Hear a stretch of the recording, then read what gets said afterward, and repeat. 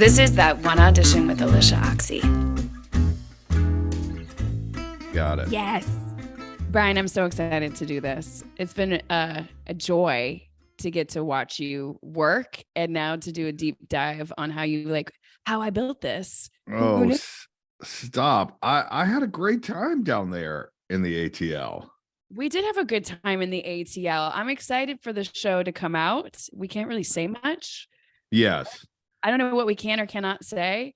I know they said I'm in it. So I was in it and I like it. I think I can say that. I like it. I like the people I worked with. And there was an office. There was an office. Yes. There was a bullpen even. There were cubicles. Yes, there were cubicles. Very familiar from where you've come from. So I'm so curious how growing up in Atlanta, all of a sudden you're like, theater, I want to do theater. Because I couldn't find any research. Was your family in it? How did this bubble up for you? No, not at all. I mean, I really was doing it as thinking it was just an activity for me to do. I originally was very into sports and was doing 3 or 4 sports a year, and I had an injury which kind of prohibited me from doing that for a little bit, but I was active, so I was looking for something to do. And so I started doing theater and enjoyed it, but I never took it seriously. It was never like, this is what I'm going to do for the rest of my life. But then, and it was, to be honest, it was someone else. He's still a director, still working in theater, who kind of put on my radar. There was a program. I don't know if anybody's talked to you about this before, but the Cherub program. Do you know about this? No. It was an intensive high school arts program. I think all the arts, but I was doing theater, and it was 6 to 8 weeks at Northwestern University in Chicago. But it's not like summer camp. It exists. You can only go at one point in time, which is the summer between your junior and senior year of high school. So I kind of did it, but even at the time, looking back on it now, it wasn't like, oh, I'm going to do this because I don't know. I think it was more just like an activity to do or something. I don't really know. I was definitely into it. I was, doing the kind of forensic stuff and probably just wanting to get better for that or something. And I went there and it totally changed my life. Like in a profound way. It was like, oh, like this is serious. Like, I don't even know what I'm saying, but like, started talking about character creation and like Stanislavski, like all of the stuff, all of the training, and about creating characters and about action and objective and movement and voice and all the classes. Those are mine. And I just was like, oh my God, this is amazing. Like, yeah, I was like, oh, this is a real thing I could do. Now, let me be honest with you. Please. I was just about to hit my senior year of high school, and I was at a college and away in like a college environment for the first time. So I was also like, well, this is awesome. Like, you're staying in dorms, you're, away from parents, and not like in a summer camp kind of a way, but like, oh, here are like college professors who were teaching this. And I remember some of I don't remember what they call them, but like the junior teachers were like working actors. And this woman, Enid Graham, she's still an actress, was there, and they had them perform some monologues and kind of do some work. And I was like, oh my God, like this is amazing. Like, I want to be able to do what she does. And so when I went back to high school for my senior year, that's when for me, it like everything flipped, which was like, oh no, this is not only what I want to do, this is what I'm going to do. And so from there, I was on the path. I was on the path. Well, so I'm so curious, once you get aligned with the path, did you attempt to go to Northwestern? What what led you in Texas going to school versus to go to New York or anywhere else? So that's a great question. I get asked that a lot. I will tell you, for me, I did a lot of research. So I went to SMU in Dallas, and SMU is a private university that has a ton of money and an endowment, and they vigorously support the arts at SMU. And they had a conservatory training program. And I say this not because I went there, but because I was, like I said, I'm on the path now. And so at this time, after, looking at schools after my senior year, I knew two things. I wanted to be an actor, and I didn't want to go to like Juilliard or Carnegie Mellon. Like, I wanted to go to school within a larger university. And so I looked at Northwestern. Northwestern wasn't serious enough for me. I looked at USC, UCLA, a handful of other schools.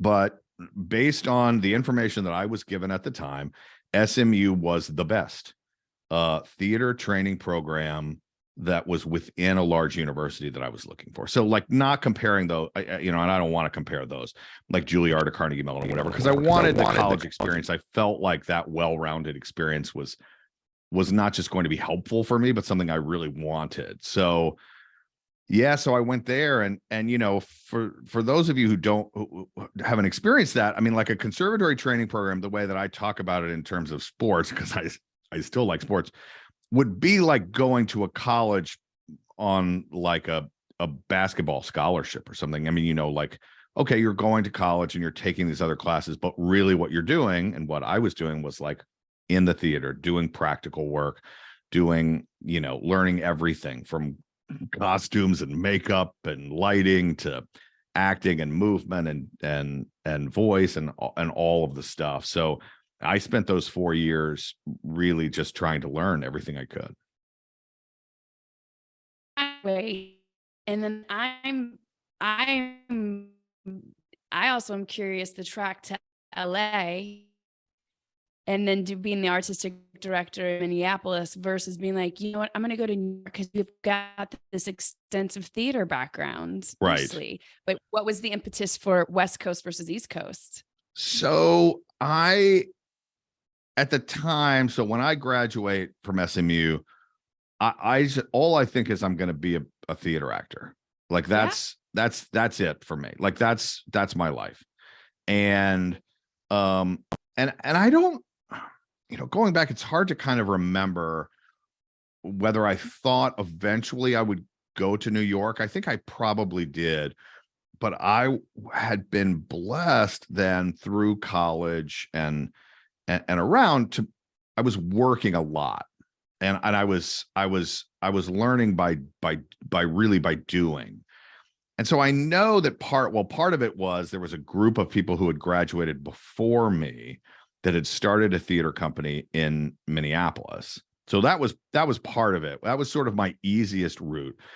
But I also like remember very specifically that thinking, me just going to New York and like sleeping on someone's floor or something, that was just not for me. Like, right. I had enough self-awareness, and not that that's a bad way to go, but for me, I knew that was not what I wanted to do. And I also wanted to continue working. And a lot of people don't know this. So, and again, at the time, I don't know current stats, but at the time, Minneapolis, with many great theaters, including the Guthrie Theater and at the time Theater de la Jeune Lune, the Children's Theater is the largest children's theater in the United States. They had per capita more theater than anywhere in the country except New York. Minneapolis did. And they had a lot of here we talk about money again, but they had a lot of arts funding, like grants available for small theater, for experimental theater, for, you know, various stuff. So I think that's why this group of people who graduated before me chose there, and it made a lot of sense for me. And so, you know, zooming through a fairly significant chunk of time, but so I started working at this theater, then eventually became artistic director of this theater, and then just I was a regional theater actor. So I was based in Minneapolis, but I was working kind of all around the country at you know, at various theaters and doing touring productions of things or whatever. And yeah, that's honestly, I think there was a period of time. I was not the biggest fan of Minneapolis. I mean, it offers a ton. I am from the South, and it's really fucking cold. I mean, by the way, spoiler alert, it is cold in Minneapolis. That is true. So I didn't love that, but I learned a lot there, and eventually stayed there until I decided to move west. Right. Okay, so then I guess does television and film kind of find you, or at a certain point you're like, okay, I've really beat this path over the country, theater. What's the transition? Because a lot of people who listen to this show, they're trying to make that transition, and they kind of have a challenge sometimes doing so. So I'm so curious how you land basically in Allison Jones's casting office, right, after a couple of television credits. Right. I think that for me, well, my best piece of advice for not just young actors, but any actor, like for me, at least, what has served me well is trying to be as educated as I can about, one, what's going on out in the world, like what is being produced, not to imitate it, but to try to understand what, you know, what's trending. I mean, in a dumb way, what's trending, what's happening, and also like what's happening with the business and what do we need now. Did I need everything that I needed before I moved there? I don't know in retrospect, but I was sort of meticulous in checking off these boxes, right? So it was like me moving to LA was, quite frankly, was really about me coming to LA to visit and falling in love with the city. Now, I know that's not cool to say, and nobody thinks it's. No, but it is. After being in Indianapolis and all the places, you're like, I can rework this whole system. Yeah. I was like, Coffee Bean at 3:00 in Westwood Village is like a delightful thing. If you're from somewhere, it's like, look at all the people and the weather and like, I just liked it. But I moved. But so that happened, and then I was like, okay, well, if I'm going to move out there, which at that moment I thought this is where I need to be, I put some things in place, right? So for me, it was like wanted to have my Screen Actors Guild card, wanted to have done a little bit of work on camera, you know, like wanted to have done a certain number of these regional theaters, which I thought meant something. In retrospect, I don't know if it did or not, but for me, like, Allison Jones, it took a lot for Allison Jones to allow me to walk into her office. You know, if I hadn't have had those things, would I have gotten it? There's no way for me to know. But for me, there's like, you know, anyone who shows up and says, I'm an actor, I want to audition for this thing, like, you know, that number could be limitless. I sort of felt like, well, I need my SAG card. If I have these credits, this will give me some sort of, at least, well, somebody else has trusted me at a place that maybe they've heard of or whatever. So it was about that for me, like trying to figure out what those things were. I'm probably thinking of or not remembering a few, but trying to check some boxes of outside things that would legitimize me if I was going to move to Los Angeles. Yeah. And did you land here with an agent or manager? Because you have 2 credits that I can tell. 2 credits. Hey, come in and do you want to audition for The Office? Well, you know, if somebody's reading it, you're like, how does that happen? I'll tell you exactly how it happens. I can only give credit to my manager that I had then, that I still have today. Again, I was at this theater school, and a friend of mine, Kari Payton, who is well, I guess was now on The Walking Dead, huge voiceover actor. I moved to town, and he went to his manager at the time, Ted Gekas, and said, "You need to meet Brian." And I went and I met with him. I read with him. I did sort of the standard I'm new in Hollywood stuff. And I remember him calling me and saying to me, he doesn't like this part of the story, where he said, like, "Look, you're great. But I can't. Like, I can't do this. Like, you don't have an agent. You just landed here. Like, I've got all these clients. Like, I just, if there was somebody else that was helping that could, blah, blah, blah. But, right now, I'm really sorry. Like, this is just not right." And so I said, "Okay, will you do me a favor? Will you call?" I had heard at the time about this agent, Ro Diamond. I'm bringing her up. She was never my agent. Let me be very clear, but I had heard at the time, Ro Diamond boutique agency. I'm not even remember the name of it now, but I think they're still going. Boutique agency, likes theater guys. I had just heard this like 3 or 4 times. And I said, "Will you call Ro Diamond's office and find out if they'll meet with me?" And he said, "Okay." And he called me back and said, "You have a meeting at Ro Diamond's office." And I said, "Okay." And then meanwhile, something had happened, and he was like, "So this appointment, I thought it would be good for you to meet this person." And so I went in, and I think it was CSI. And then I get CSI. And basically, the point is that from the moment he told me, "I can't work with you," we have been working together now for 20 years. It's just a crazy, weird thing that happened. And it wasn't like intentional.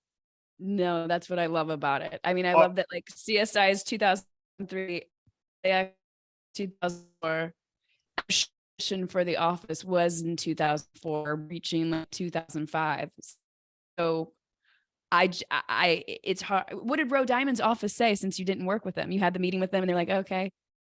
Yeah, I don't think anything happened. I always liked them, but I didn't work with them. I think Ted eventually, called another agency that I did work with. It's funny, I'll mention Ro Diamond's name, who I didn't work with. I'm not going to mention these other people's names that I did start working with. But I will tell you this, because it's true. And this goes to me talking about being educated. So I feel like at this time, so this is 2000, the end of 2003, when I land in LA, like going into 2004, I felt like, of people who had no money, basically, like me, I was the first person that had the full-on record everything possible TiVo DVR setup. And so I just watched television. I watched everything that I could. And the dumb example that I always bring up, and if you're younger, this will mean nothing to you, but you can go look at 2 clips and you'll know what I mean. There was a show at the time, CSI, right? And then there was another show, CSI Miami. And then there was another show, CSI New York. And you think, oh, this is CSI. But this is not the case.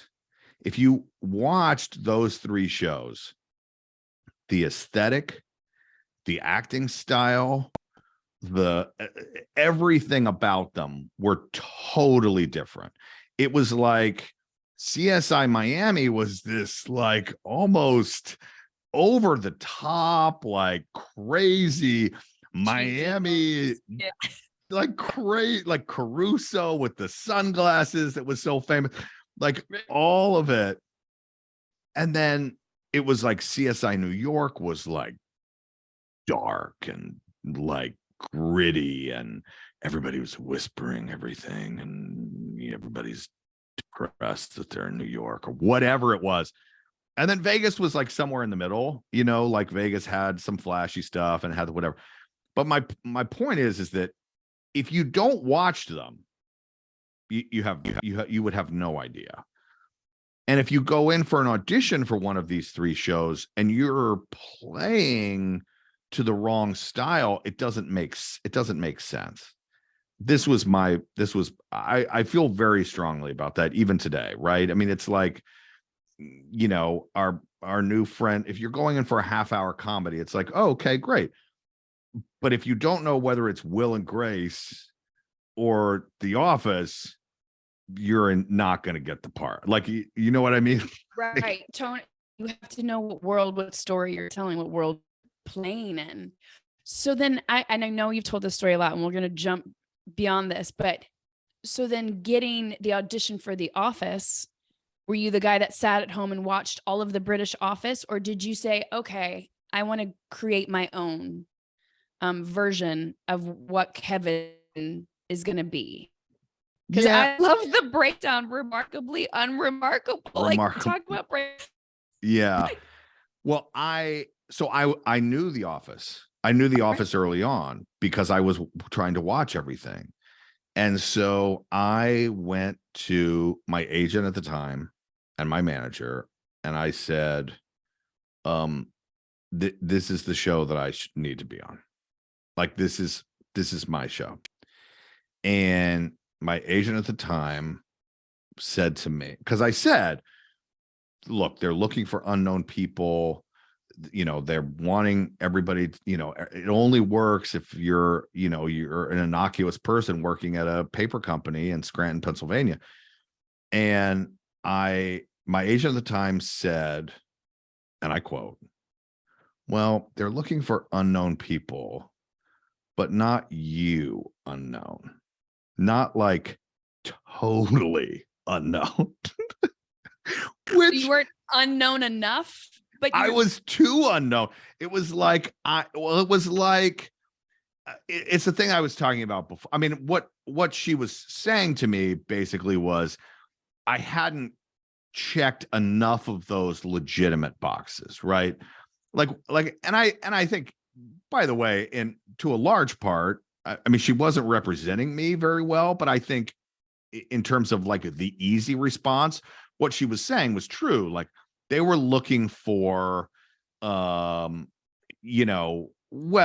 Oscar Nunez, who had been in town for a long time, had done like, small things in, Reno 911 or like all these things, and people liked him, but he hadn't gotten anything yet. So America, quote unquote, didn't know him, but like people in town did.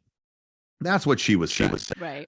I didn't give a shit about that. I was like, no, I need to be in the room. Like, I'm telling you, I get it. I understand here. I felt like my theater background would serve me well in this environment.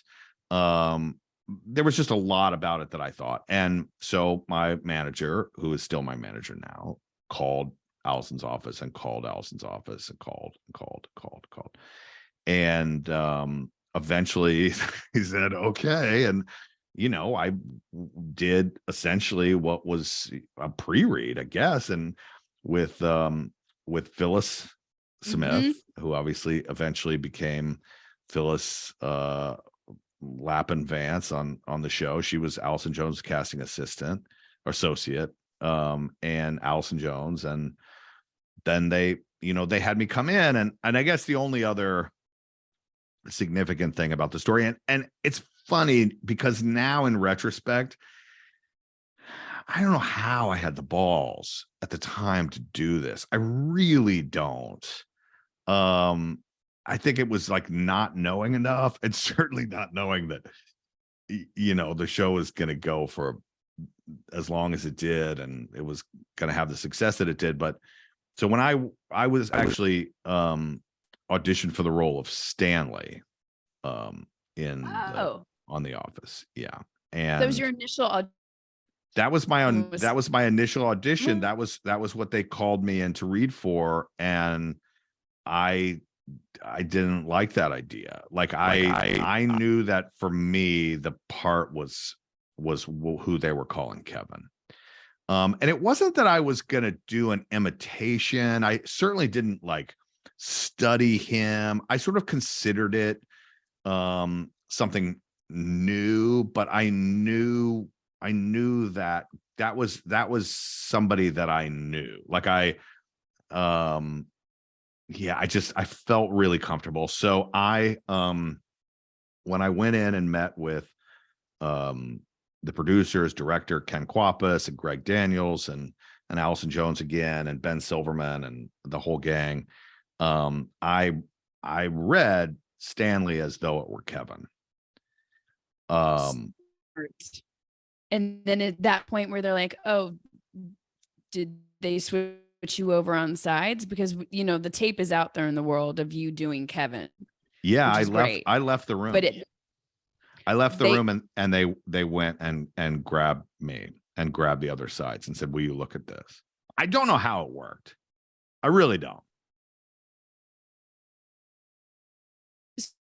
So with theater background, because you brought in a voice, you brought in your full body, there's great auditions out there in the world of everybody else auditioning for this part. That's all your theater background. Do you do that for every audition?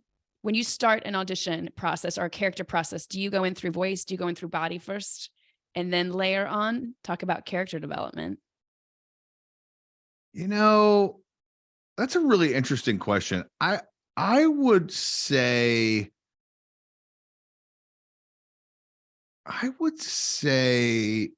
often in an audition situation, I would say always if I get it and I start working on it, like specifically physicality is something that I always look at. Now it's just so damn weird. I'm looking at you right now and you can see like the top of my shoulders and my head. And now I feel like that's how audition tapes are going in. So like, and normally sitting down. And so like physicality in terms of that, I feel like, sometimes that doesn't come into play at that point. I do think about, I do with the text, try to think about rhythm, which I think is physical and also vocal. I feel like how does this character communicate with the world, which to me brings in physicality always to some degree. That's definitely a part of it for me. Yeah. And look, that I think it's, it would be deceptive of me to not admit that the character of Kevin, it evolved and changed even after we started shooting. And I have my nerdy actor justification, which most of the time I say like nobody's really interested in it, but maybe this would be the one. This is the one. I'm like, dig into that. This is the one. This is the one that maybe it is. The character, yeah. You mentioned it before. The character breakdown was the only thing remarkable about Kevin. is that he is remarkably unremarkable. And that's where it's at. But I think certainly that's not true after the 10 years, 9 seasons on the show. And pretty early on, what I would say is that the writers fell in love with, let's just call it, Kevin's childlike sensibility and his humor in that way. And some people say like a lot of the stuff came later. There were like seeds of it, like there were like one stinking moment in the pilot where they cut to me, I'm doing something really profoundly stupid. And the second episode that I always talk about, which is, the Diversity Day episode with the cards on the head, and we cut back and the game is over and Michael's been shamed about the cards on the head, and suddenly camera cuts to Kevin. He still has the card on his head and says something dumb in an Italian accent. It's like those things were there early on, but way understand. And then the writers just fell in love with it. So here's my nerdy justification. There's a documentary crew that comes into Dunder Mifflin, and in the beginning of the show, that's the first day that they show up. The first day they show up is the first day that we're shooting. And Kevin is incredibly shy and nervous around and reserved around the cameras. And then as they continue to shoot, Kevin goes out to beers maybe with some of the camera guys, and the sound guy starts to get more comfortable. He sees them laughing at him. He feels more confident in that. And so more of his true personality comes out. And that's my actory justification for really the writers starting to change and adapt and quite frankly just write more for me, so that one joke becomes a storyline, becomes this. And so yeah, that's my. Well, talk about making a meal. I hate when people say small parts. There's no small parts. This audition was remarkable. You brought so much to it. Then they can write to it. Now we've got a full story, like with, when my mailman comes in and he's like, hey, how you doing today? He's got a whole life lived. He's got problems and agendas of what he's doing. But if they can see it, then we can dive more into it, which is a massive kudos to your theater background of bringing to life what is on the page, not much, which I can see when I saw everybody else who auditioned for Kevin. I can see why you were selected to do it. So people can go and they can watch all the stuff, and they've seen you in interviews do this so many times. I'm curious, when I say that one audition to you, what audition comes to mind that's not The Office? Oh, that's not The Office. Because we hit it so many times. Or even, I'm curious, once you get The Office, it's this huge success. How does auditioning change when you come in? Are casting directors expecting you to do the Kevin voice and kind of forgetting that you're an actor? Yeah. Well, I think to answer your initial question, it's so funny because, I spent a few years after The Office was done, and it was like avoid at all costs. I mean, really, I didn't even want to do comedy because my history, quite frankly, was not even in comedy before. Yeah. And I mean, and I did do some comedy, so I don't want to say that I didn't do anything, but anything that sort of resembled Kevin, I tried my best to avoid. And in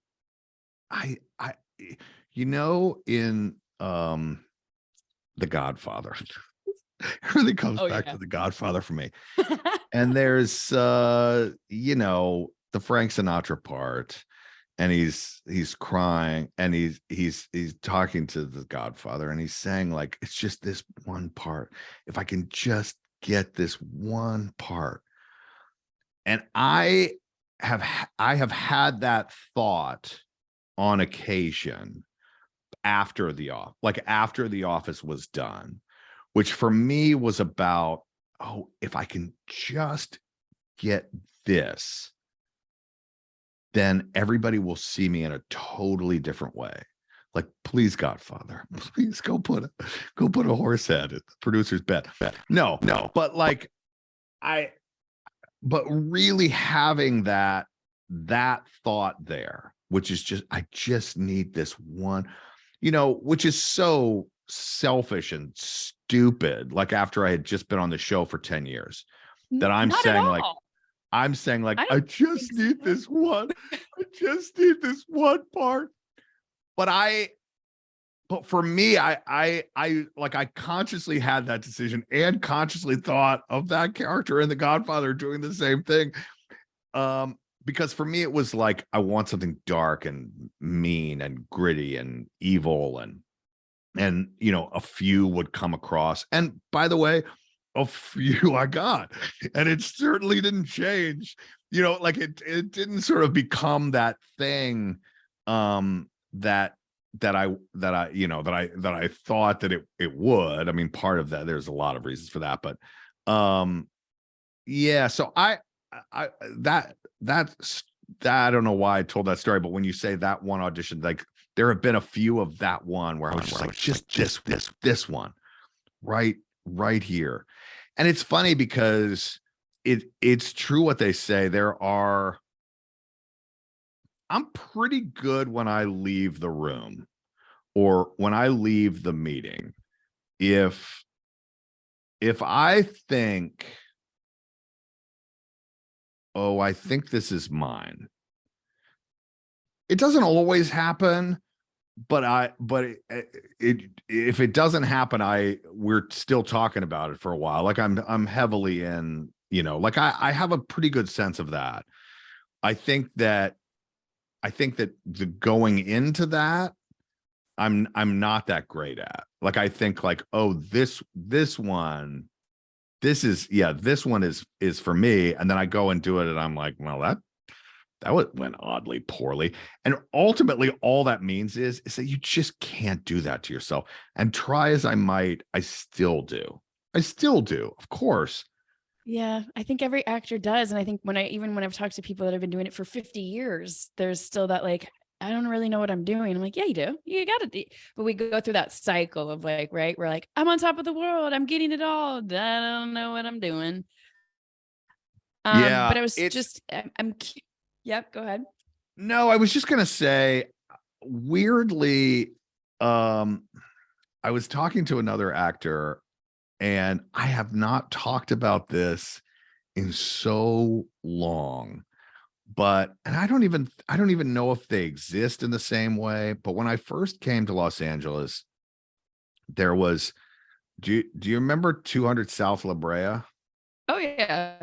It was 200 South La Brea, and there was the one in Santa Monica, the other, which were basically major, gigantic rooms that are, like 200 South La Brea was a gigantic room, almost like a warehouse, with hundreds of actors in it, and then little doors, like you were in Oz, like mini doors that would open, and you would go in and audition for Buick or, Land O'Lakes butter or whatever it was. And that experience, I feel like, because I was thinking about this knowing I was going to talk to you, like, I think that experience of being in person on those commercial auditions, and what that sort of gives a person, as dehumanizing as it is in a way, I think it gives you something. I think it brings, like, those in-person, like, cattle call type things early on for me. It then makes the ones that are more serious, or where you're up for something that maybe is bigger, or as there's a smaller environment. I don't know. I think it somehow makes those things easier. Does that make sense? Do you get what I'm saying? Yeah. I mean, I used to, I'd go over to 200 South La Brea, like this is the early 2000s, and I would sign in for the Wendy's commercial, and I'd look over and I'm like, oh, there's Buick. I'm gonna go sign in for Buick too. Like any door that opens, like, hey, I'm here, which you can't really do anymore, right? You can't crash the auditions, but you just realize that you're a number and you don't have as much clout, or you're having more fun, right? Versus like, oh my gosh, it's a Scorsese audition.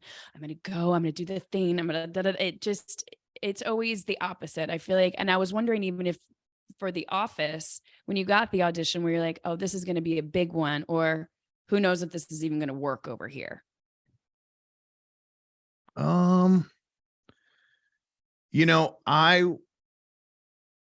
I think in a lot of ways I was too new to understand how big it was. I mean, it was big for me because I just felt like it was me.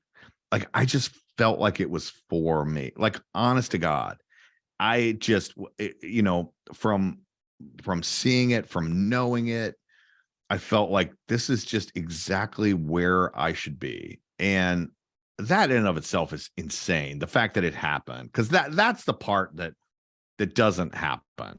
Like, it's what I said before. Like I'm not very good. I read something and I'm like, oh no, this is me. Like, this is great. And then I go in and it's like, well, that was weird. That didn't go that well. They didn't seem that interested or whatever.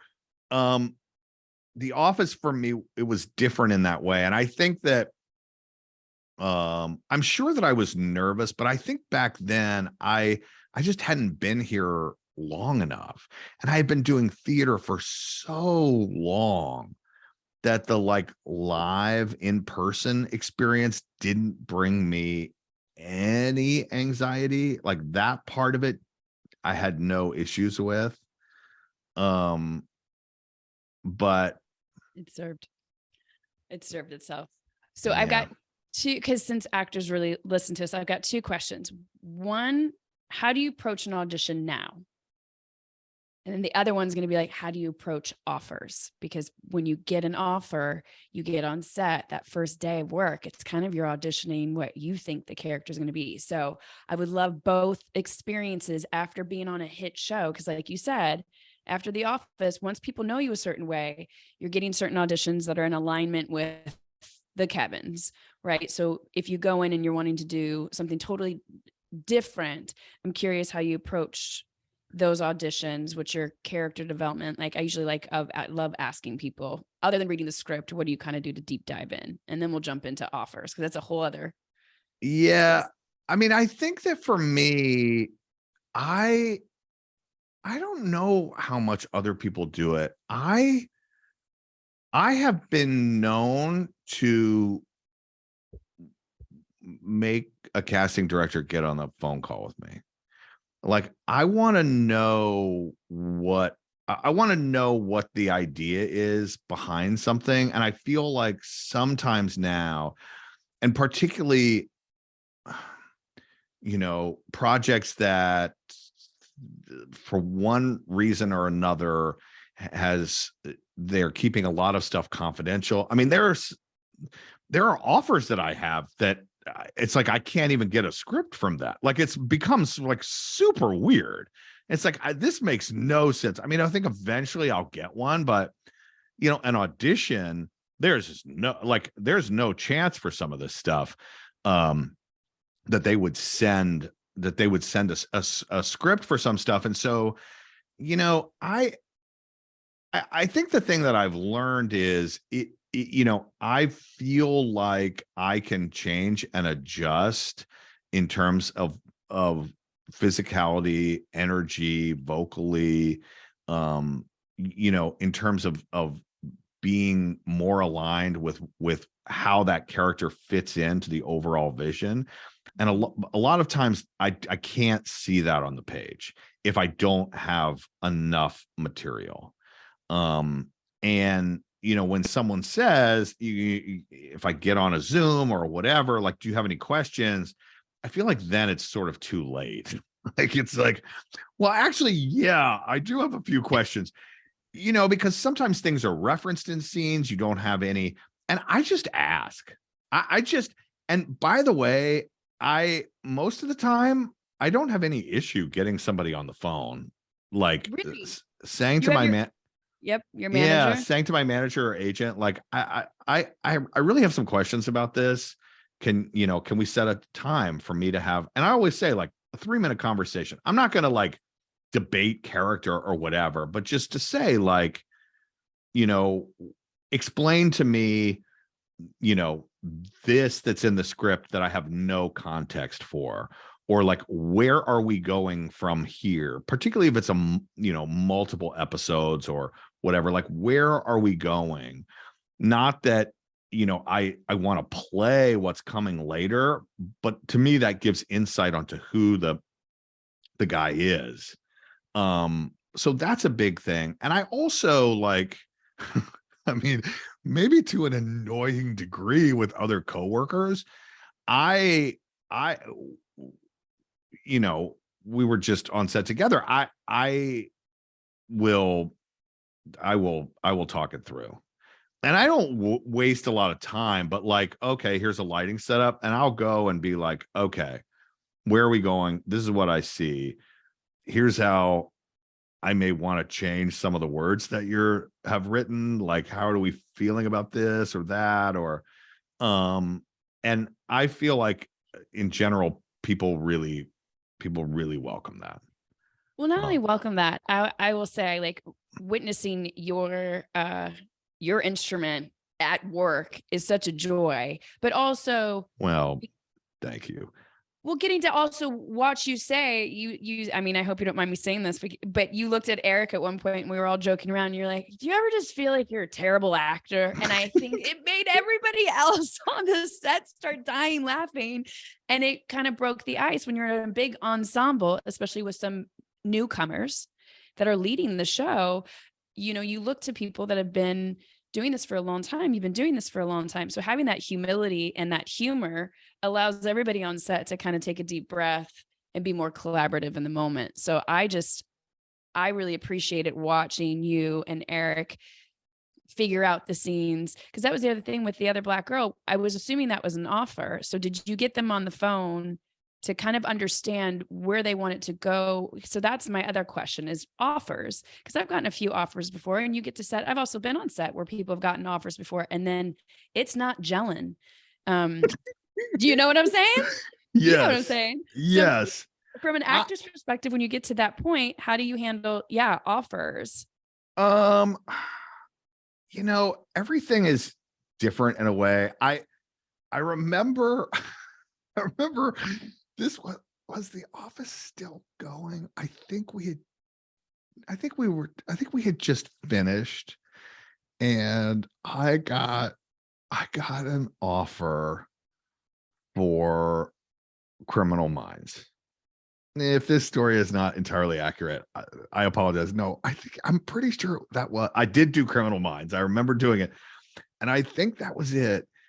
And I get a call, and as you know, I've called Criminal Minds is the oddest show to work on as like the unsub, the person, because the only show that I can think of that, especially long running show, where that guest star is actually the star of that one episode. Exactly. Mm-hmm. And so it's kind of what you were talking about before. Like, it's this weird thing where you're kind of leading the charge and everything sort of revolves around you, but you have these other actors who've been working on the show like 7 years or whatever. And so it's this very bizarre thing, but I'm going to give them credit. I'm 99% sure it was that. I also worked on some of the Law and Orders at the same time, but I got a call and it was an offer for Criminal Minds, the unsub part. And I remember saying to my manager, Ted, that I keep referencing, I remember saying to him, really? Like, really? And I said, I mean, I know I can do it, but how do they know I can do it? Like I had not done like this like serial killer thing. I was like, I mean, good for that. Yes. I mean, I almost just want to say, like, just say yes and don't negotiate, because we're like, this is good for them for doing this. But yeah, I know what you mean. Like, then it becomes like you get there. Yeah, and especially there, you're like leading the charge, and it was an offer, and no one's seen you do it before. I remember there being sort of, yeah, like a lot of questions for me, like, okay, guys, and of course they shoot totally out of order. So we're like shooting the climax on the very first night, overnight, like 7 to 7 a.m. And it's like, I don't even know who this guy is yet or what we're doing. And now I'm gonna, be arrested on a dock in Long Beach or something. But yeah, it's I guess I don't know. I don't know that it changes that much for me, because I feel like I'm always going to talk about it and have those conversations before. Oh, and there was a movie kind of recently where where it was an offer, and it was out of town, and I spent a bunch of time talking to the director before, like talking to the director before, wanting to fully understand because I had actually on that, I had really strong opinions about the character, and wanting to make sure that it was sort of aligned in the story that he was trying to tell. So yeah, I guess that's I don't know. Is that stupid? Like, just Well, talk. I think Don't be afraid to no, talk. not at all. Well, even you just saying, I think a lot of actors, they don't advocate for themselves, right? So they're like, okay, Right. I'll go do these sides and I don't have any information, but I'll just swing in the park, versus asking for more information. And I think that's really helpful. And again, I mean, I love when I talk to certain people, or I've worked with certain people, that you consider the upper echelon, the 1% of the DiCaprios, and they're Right. figuring it out on the first day. It's Right. nice. It's nice to watch them kind of figure it out. And coming with the ideas is one thing, but learning how to be collaborative, which was such a beautiful experience to watch everybody do on the show that we were just on. Like, hey, what about this? And it was just so easy. And I feel like that kind of, I would assume that being on The Office for 9 years kind of bred some of that environment where you could really be collaborative, really have ideas, and have that be met. I mean, it was met with success over and over and over again, but that's something that hasn't really been talked about much on this show, is once you get that offer, how do you conduct yourself? How do you show up on that first day? How do you redirect yourself to it so that everybody's getting what they need, right? At the end of the day. Yeah. I mean, it's so weird. I had two experiences really early on after coming to Los Angeles, and this is what we'll refer to as the name drop portion of our program.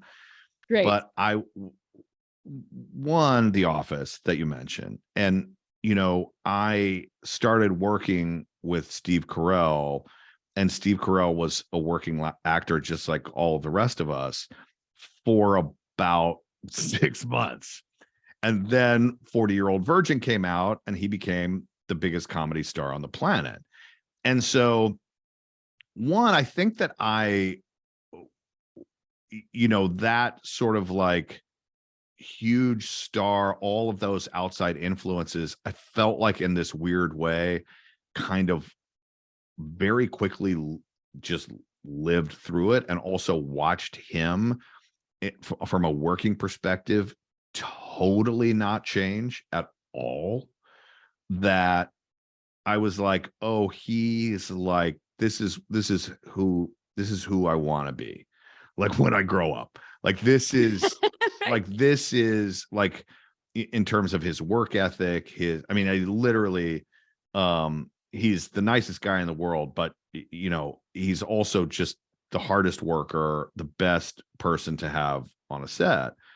And weirdly, also fairly early on, I had the opportunity to work a few times with Robin Williams. And Robin on set, like well, I don't even know how you would describe it, but like I have adopted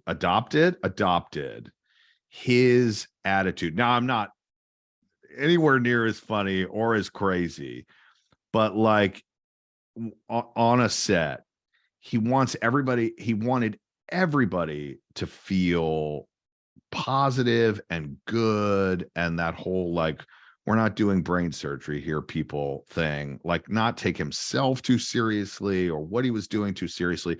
He just always tried to lighten everything in all situations. And I feel like I tried,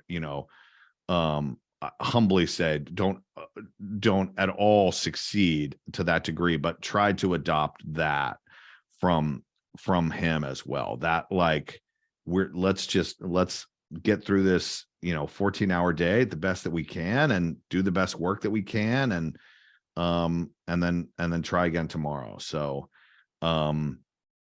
yeah, those were two people that I give a tremendous amount of credit to for I feel like teaching me how to approach work on a set. And I've gotten to witness that. You do that. You have great physical comedy. There was so much, it's just fun to watch somebody else have so much fun while they're figuring out the character or working through a scene. You've created that on at least the set that I was on. So I'm sure you're continuing to do that. And it's such a joy to watch somebody have fun. Yeah. Well, thank you. It's not brain surgery. It's not brain surgery. And that's the thing, right? Like even in this podcast, it's like people just don't really ever talk about the audition process or what we're doing or why we're doing it. They talk about it's not how it gets made. It's usually post and we're promoting everything. So it's so nice to just hear your journey to where you are at this moment told through those various experiences. So thank you. Thanks for giving your time. Thank you so much. Thanks for having me. And then your podcast, now it's Offbeat, because you've had off the beat. Yes. Which I love that you're doing, all of these stories that nobody kind of hears about how the sauce is getting made, but told through not the audition process, the actual sauce of it. Yeah. Thank you. I'm having so much fun. Doing it. It sort of started with all the folks on The Office, and then just me wanting to bring in, and for me just to learn and hear the stories of why people moved in the direction that they did in their career, those small moments that helped shape them. And I'm having so much fun doing it. It's the most fun. I think that's the thing that nobody ever really talks about. So we can kind of glean from each other in a way. You're like, oh, you did that. Let me try that. Yeah. Oh, wow. That's hilarious. That happened like that. Where can everybody find you so they can follow along? Like on social media or like my address? Fine. Yes. We're going to all show up. My home address.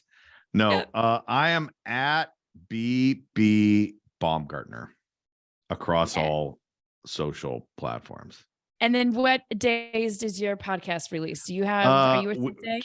Every Tuesday and some Thursdays. So we're, we've been going. I know you are prolific as well, but yeah, we hit every Tuesday, and it's weird. It was about a week ago, a month or so ago.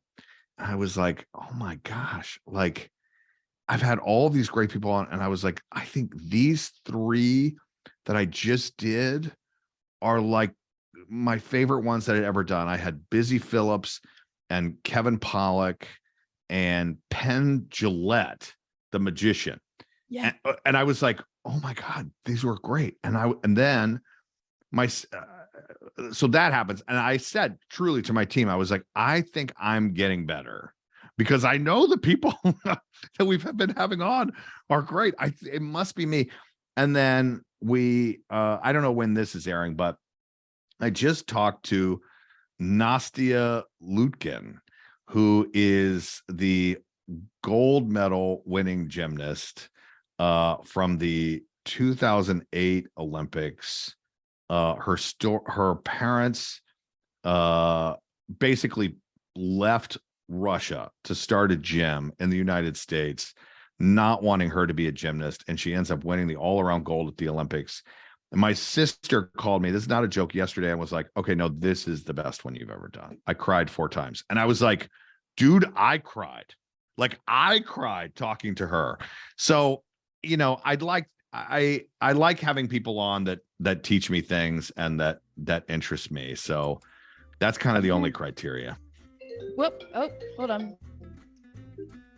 Oh, that was perfect timing.